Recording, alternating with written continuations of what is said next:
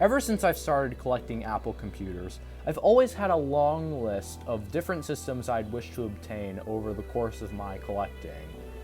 And over the years, that list has gotten smaller and smaller and smaller. Now this list only contains a couple systems, and one of these systems is the Macintosh Portable. The Macintosh Portable is this rare and interesting computer. However, it never did too well because of its clunky design and poor engineering. Unfortunately, nowadays, everyone on eBay is smoking crack, so whenever you want to try and find a rare and interesting computer, they're always asking for insane prices that are far beyond reasonable. You also have to take into account that the Macintosh Portable is actually one of the most unreliable Apple computers to date. It has so many different issues that finding a working one is nearly impossible, and people are still charging insane prices for them broken. After a couple years of negotiation and sending offers to multiple sellers, I finally got one seller to accept my offer. Now obviously this one is untested, meaning that it's broken, so it's going to have some restoration and repairs done to it. I'm already aware of some of the issues that the Macintosh Portable faces, such as it requires a working lead-acid battery, otherwise it will not power on. It also requires the original Macintosh Portable power brick to boot up, and they can also have cap issues, power regulation issues, and so many more, even screen issues. Because I haven't done a restoration video or series in a while, I've devised a plan to make a multiple-part video series on restoring the Macintosh Portable. Each part will contain different and useful information on how to fix them, or how to just do general vintage Mac repairs and stuff like that. In this first part, we're just going to be unboxing it, taking our first look at the Mac Portable, and we're going to be trying to troubleshoot a couple issues. So without further ado, let's get to the unboxing.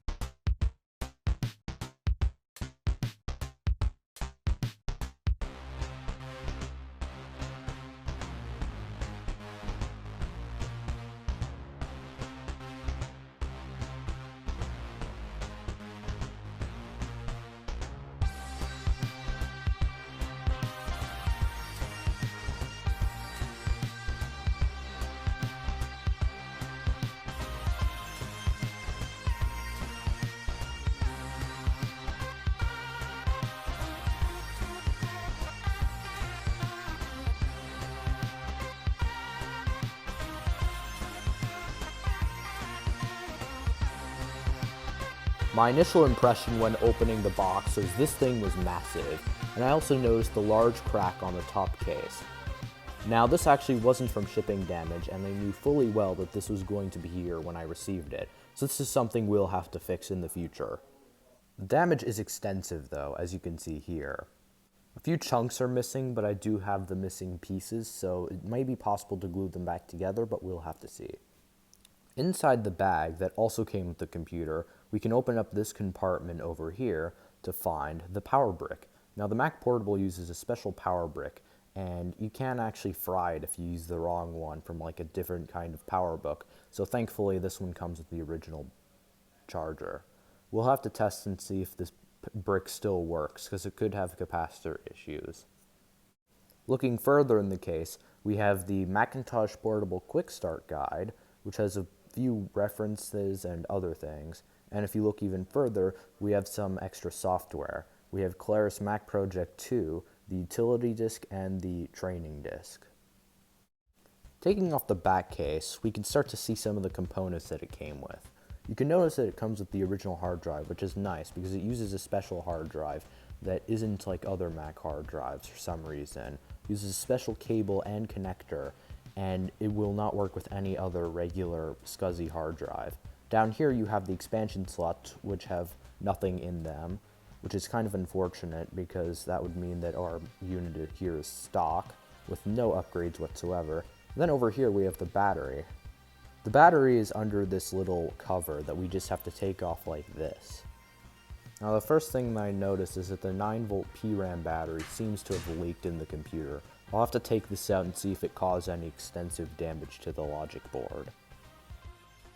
At this point, my first priority would be to remove this battery, as I wanted to check how much damage it did to the rest of the computer. Thankfully, it just lifted out like this. Now, it didn't look like it did too much at the bottom, so I think I'll leave it like this for now and focus on the actual battery. It is stuck though, so I'll have to try removing it later on in the video. Now the computer functions off of this large lead acid battery, which just slides out, and the computer will only function on a lead acid battery. Now this battery has 2 terminals at the bottom that connect to terminals inside of the computer.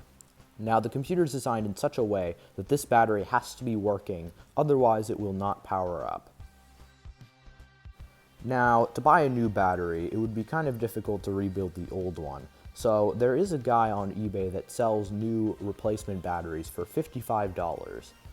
$55 is pretty overpriced for a battery that'll probably die eventually anyway. So my decision was to go with a general use battery with the same specs, which only costed me $10. So if you're in the market for a Mac Portable and you're thinking about buying one of these batteries, just do the same thing I did, as it will work perfectly fine. The only downside is that the pins will not line up on the original one. So what I've done is I've got some custom spade cables that I've connected to the battery and directly connected to the battery terminals in the computer. I also added these Velcro strips to the battery and the computer because the battery is slightly smaller than the new battery, so it won't stay perfectly inside. But with these Velcro strips, it'll stay perfectly flush and it won't jiggle around when you're carrying it places. My first attempt was to turn it on. Now already when plugging in the battery terminals, it already gave me some signs of life. But otherwise, it was only giving me these abstract, weird, wonky patterns, and it wouldn't really do anything else. It would respond to keystrokes, which is usually the way you would use it to turn it on, but unfortunately, it wasn't really giving me anything else but carnage. While testing, I noticed that inside the floppy drive was a disk. Now, I was intrigued by this because the seller never mentioned anything about a disk, so when I took it out, I was greeted with this incredible looking Macintosh Portable inside the Macintosh Portable disk, which is a Tor disk, and I think this is a really cool find, as the seller never mentioned that it came with it, and it seems to be in good condition, so I hope that it works. Alright, so because the Mac Portable wasn't turning on, I've decided that the best thing to do would be to take it apart. So I'll be going over the necessary steps to take apart the Macintosh Portable so we can get access to the logic board to see the condition that it's in. So under these 3 rubber feet, you have to remove them because there are some plastic tabs that you have to undo with a very small screwdriver. I've began removing them, and these aren't actually stuck on with glue, they're stuck on with tabs. So you can put them back on. I noticed that underneath the feet, there are these little holes where you're supposed to stick the screwdriver in.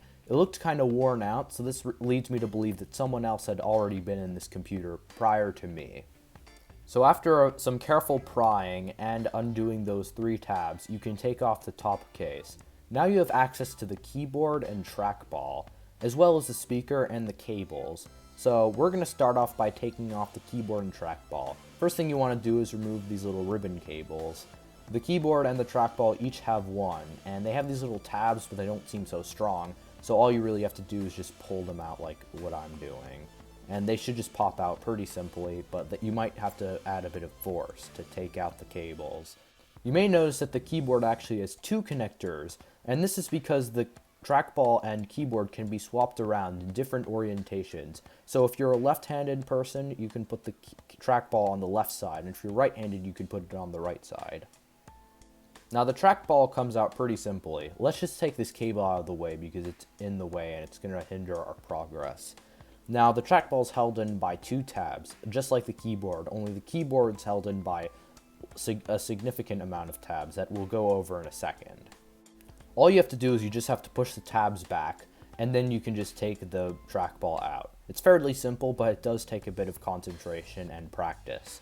Now moving on to the keyboard bit, we have to do the exact same thing, only the keyboard's a bit more complicated because you have to take multiple tabs out. There is a decorative piece that goes in between the trackball and the keyboard, which you can just remove first. And there is also this other keyboard cable that you should remove as well. Now, to actually take out the keyboard, it's best to start taking out the tabs from the left side to the right side. Now, basically the way you do this is you have to press the tab back and then sort of pull up the keyboard with either a screwdriver or your hand. And it usually just pops out and over the tab, and then you'll just continue doing that with the rest of them. Eventually the keyboard should come free, and then you can move on to the next step. Now moving to the rear of the computer, we're going to have to take out the drives. Drives are held in by tabs, which require no screws, just like on the LC series of computers and other Macs from the time period. Now, the hard drive cable over by the hard drive part doesn't actually come out, which is the mistake I made. The cable actually connects directly to the logic board, and the cable on the hard drive is actually connected straight on, which is impossible to remove. Now to remove the floppy drive, it's the same. You just have to pull it out, and there's a couple tabs that you have to undo. Back to the front of the computer, there's this speaker you have to remove. Now, normally you could just unplug the cable, but I decided to remove it. And the way you do it is that there's 2 tabs on either side, and you just undo one, and the whole thing comes free. There's also a miniature cable that you just have to remove, and then the speaker is out. Continuing on, there are these 2 tabs on either side of the computer to remove the main assembly from the bottom case. There's one on this side, then there's one in the middle over here that might require a screwdriver to wedge out. And there's one more on the far right side that's just like the one on the far left side that you just have to undo. Now that the entire screen assembly has been disconnected, it'll lift right out of the bottom case. A cool little Easter egg about the Mac Portable's bottom case is that there's a bunch of engraved signatures on the bottom. Just like on the original Macs, these are all the signatures of the people in charge of the Macintosh Portable. Flipping the screen on its face, you can now see the bottom of the logic board. The logic board also isn't held in by any screws, just tabs. There's a couple tabs you have to do around the parameters of the logic board, and you just have to undo them. Eventually the logic board will just come out of the machine like normal. There are maybe a couple cables on the bottom that you haven't unplugged that you'll have to unplug, so make sure to take it off cautiously in risk of damaging those other cables. Now looking on the logic board, I couldn't really see anything wrong other than some minor capacitor leakage. This could be the issue of the board, as caps usually cause lots of really wonky issues on Macs. I decided that it would be time to clean the board like normal. Now the way I clean logic boards is I get baking soda and water and use a toothbrush to rub it on the areas, especially where the capacitors are. This will take away the leakage, and you can actually get logic boards wet as long as there's no electricity going through them, otherwise you will fry the components. Later on I decided to fill the sink with water to make it easier to clean the rest of the board. I do have plans on soaking the board in the water overnight so that it can really eat at the capacitor fluids. Finally, I filled the water up with some dish soap and left the board to soak overnight in the sink. While I waited for the board to soak in the sink, I decided to check out this battery connector. Now, I was able to get the battery off, and the actual terminal on the battery had corroded completely off, so I had to take it off the battery terminals on the computer. Other than some corrosion, it looks pretty good structurally, so what I'm going to try doing is using a toothbrush and some rubbing alcohol, or just isopropyl alcohol, to get all the corrosion off. I eventually just left it to soak in a container with alcohol. The next morning, after soaking the board, I reassembled the computer with all the necessary components to turn it on. Unfortunately, it did not turn on, and I left it plugged in while I went to the hardware store to get supplies, and then something magical happened. Okay, so I was literally just working on these cables for the battery, and all of a sudden, the thing just comes to life. Now it has a SAD MAC. I'm gonna try focusing on it. 01001A10000001FFA. Interesting. Over the next couple minutes, I'd keep getting random patterns and different types of carnage. I couldn't seem to pinpoint the issue exactly. Oh my god, it's actually working. So, I only have the floppy plugged in. The trackball seems to work, only it only goes horizontally. So I'm going to try taking the ball out for cleaning. This is a tip for anyone. If you have a trackball, if you have a computer or mouse with like trackball technology, and the trackball and the track point and the pointer will only go in one direction, the cursor, whatever you're going to call it. The trick is the ball goes around with these wheels. So what you want to do is get a Q-tip with alcohol. Just gonna rub it around on each ball. It's like going like this, and then it should work fine. If it still doesn't work, then try cleaning the ball itself. And then to put it back, you just put it in like this. Just gotta do it like so. And yep, there we go. So now, as we can see, trackball actually works in all directions, which is splendid. And that was pretty easy. I actually want to see if this thing will boot.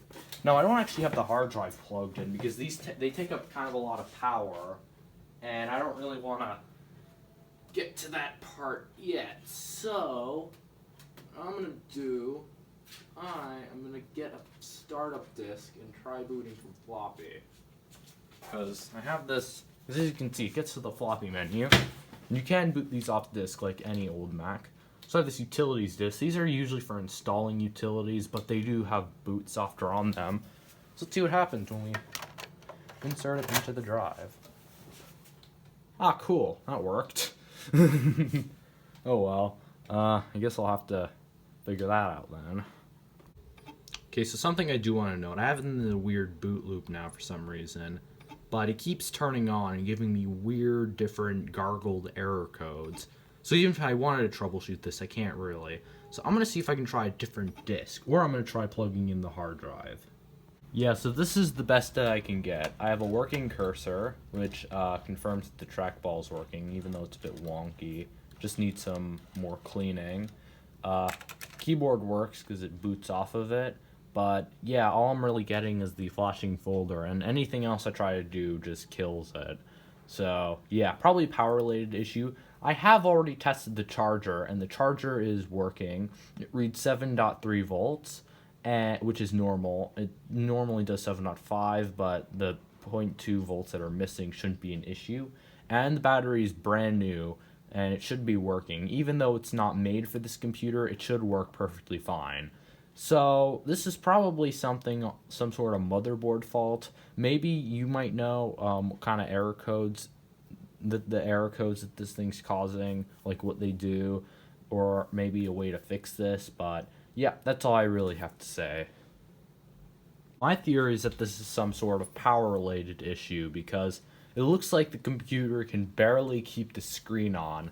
And whenever I try using the hard drive or the floppy drive is actually plugged in right now, but whenever I try putting in a boot disk, and I've tried multiple boot disks, it'll always completely die and kill itself, and it doesn't even attempt to read it. Oh yeah, it didn't actually do that this time, but yeah, it doesn't do anything. So there's definitely a power issue, and someone told me that resistors help with power on the computer. And I have seen a really crusty looking one on the board, as I said before. And I think I might look into replacing that, because that might be the cause of this. But if you do know the issue, let me know in the comments. I believe I can actually restart this, and it will give me a flashing folder. So if we can wait for that to load up. There's also this small noticeable line at the bottom. It's right here. Goes almost all the way to around the bottom. And I don't know what this is. I think maybe it could be a dirty connector, or the screen itself is faulty. But yeah. Also doesn't chime despite the speaker being plugged in, but that might also be caps. Alright, so to conclude this video, all I really got done was I was able to get it to turn on with a SatMac, I got it to turn on with a flashing folder, but we never actually got a Happy Mac. And one of the problems that this computer has is I think it's a power problem because certain components won't turn on, the computer will react in certain ways when it's required to power something on, and I'm not really sure what the issue is. Now, I do have caps coming, and they should be coming at the time I'm recording this, which is Friday, and I'm hoping that I will be able to recap the computer in one of the upcoming parts of this series. And if needed, I will probably get more parts, and I will be checking out other things to repair. I might have to do a screen repair if the caps don't fix it. I'm also gonna have to do the case pieces as well to fix it. So yeah. Otherwise, we have a pretty solid idea of what we're gonna be doing in this project. And I do have a few theories about that resistor as well, or that power regulator on the board. Because of how crusty it looks, I do have reasons to suspect that it is also could be a problem because it smells burnt and it looks burnt. So that could be something that's failed, and I might have to replace that. And I have heard of people who have had similar components fail on theirs on forums and stuff, so yeah. But anyway, that'll conclude it. Thank you all so much for watching. Please subscribe and like the video, and if you didn't like it, maybe even dislike, who cares? We're all gonna die anyway. And as always, thank you for watching, and tune in for part 2. And goodbye.